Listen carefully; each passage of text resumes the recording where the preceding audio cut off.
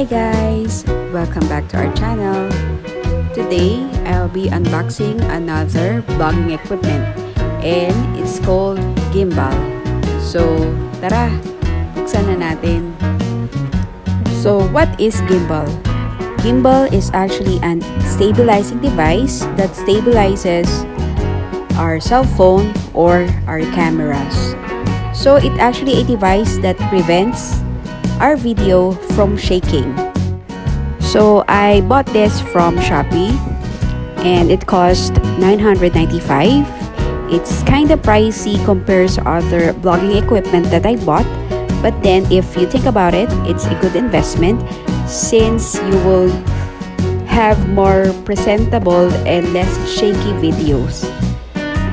Since kasi yung ibang videos ko na naglalakad ako, it's kind of shaky and minsan parang feeling ko nakakahilo. So I decided to buy this.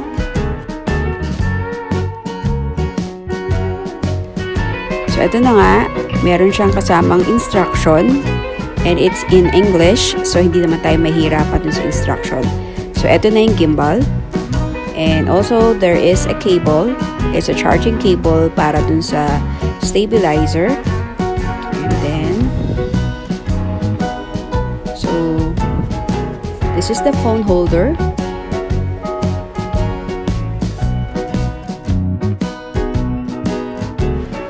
So itong gimbal, this also serve as a selfie stick. Dito sa likod makikita mo may lock para naka-steady yung cellphone mo habang nagsa-selfie ka.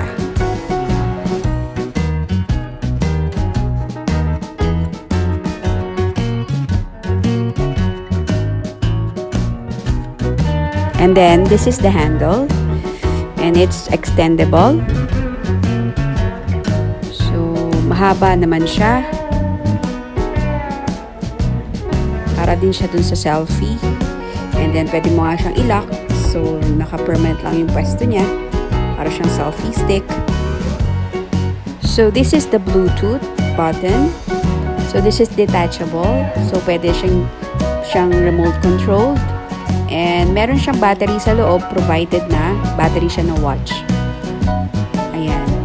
And also, pwede mo itong ibalik para hindi siya mawala. And then, pwede mo siyang i-stand. Meron siyang ditong tripod stand, so i-spread mo lang siya.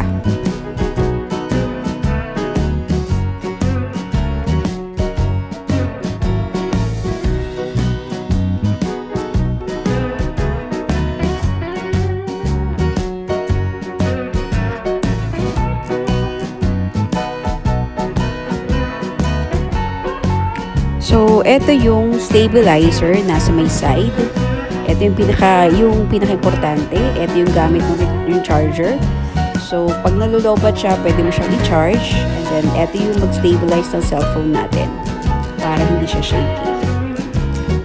So, pag long press mo lang siya and then pag nag-turn green, ayun, ibig sabihin naka-on na siya. So, may stabilize na yung iyong cellphone. And then, kung lobat naman siya, mag-turn siya ng red. So, that is the time na i-charge mo na siya.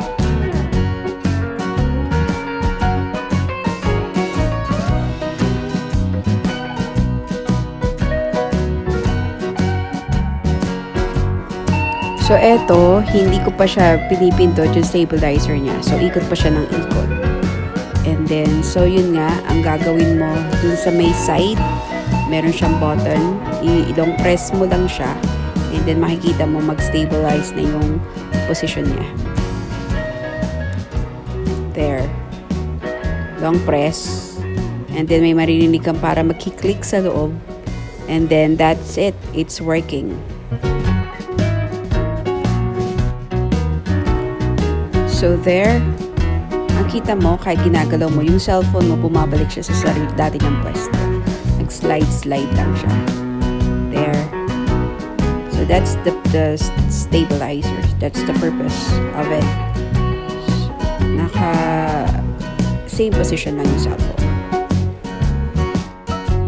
So, ayan.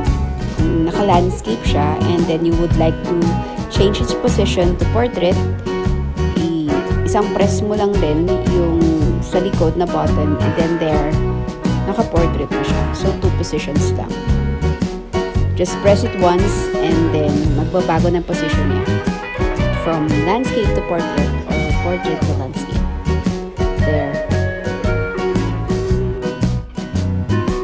Oh, diba? Amazing. So, mamaya lalabas tayo para ma-check natin kung hindi nga ba masyadong shaky yung merong gamit na gimbal.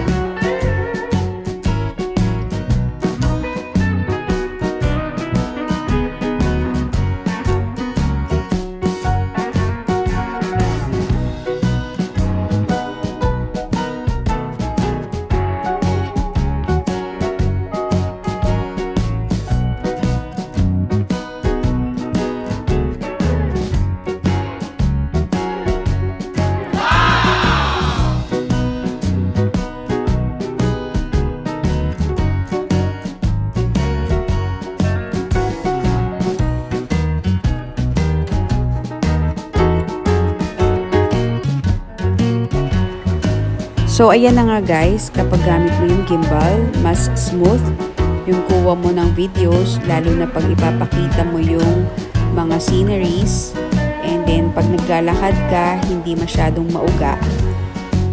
So, that's it. I hope you like this video and see us again next time. Bye!